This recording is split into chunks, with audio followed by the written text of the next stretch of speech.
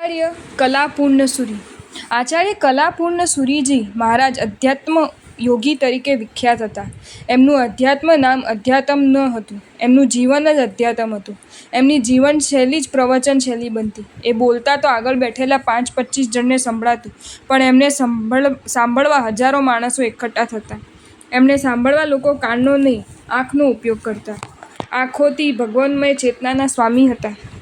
અધ્યાત્મ અને ધર્મનો સ્પર્શ પામવા આચાર્ય મહારાજશ્રીના કહે કલાપૂર્ણસુરી ભાગ 1 થી 4 ને અવશ્ય નજર તળે કરી દેવા જોઈએ.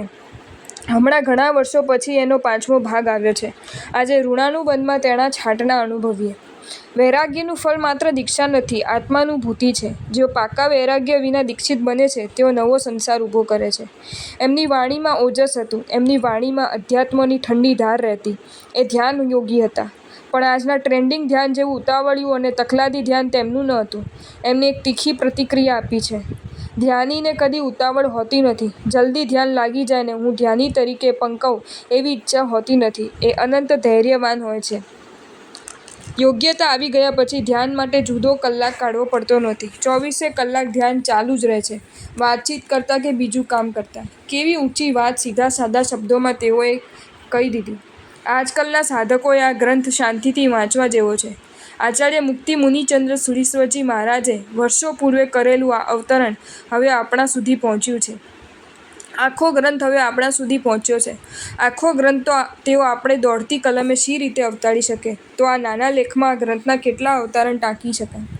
નાના હતા ત્યારે રસનાના 2 બૂંદ પાણીના ગ્લાસમાં નાખીને મમ્મી શરબત બનાવી આપતી. કહે કલાપૂર્ણસુરી આવી બૂંદની બોટલ છે, તમે તેમાંથી 2 બૂંદ લઈને આખો ગ્લાસ બનાવી શકો. એમણે લખ્યું છે, જૈન શાસનમાં 2 જ માર્ગ છે, ગીતાર્થ અને ગીતાર્થ મિશ્રા. યા તો સ્વયં એન્જિન બનો, યા તો એન્જિન છે તેની પાછળ જોડાઈ જાઓ.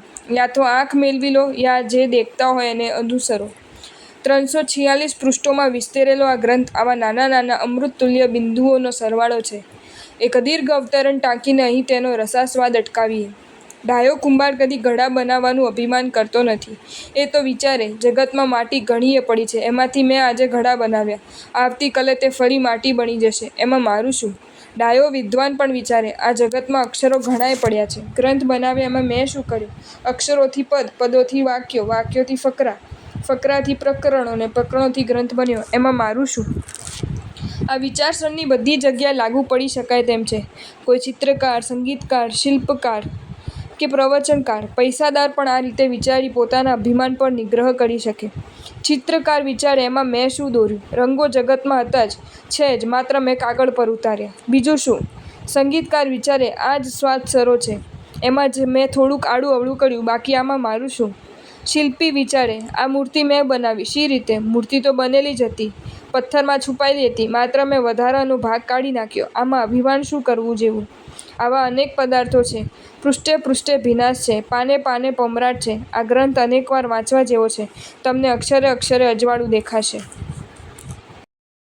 જો તમને આ વિડીયો ગમ્યો હોય તો આ વિડીયોને લાઈક કરો અને શેર કરો, અને આવા જ નવા નવા વિડીયો જોવા માટે જૈન ફેક્ટ્સ એન્ડ સ્ટોરીઝની ચેનલને સબસ્ક્રાઈબ કરો. ધન્યવાદ.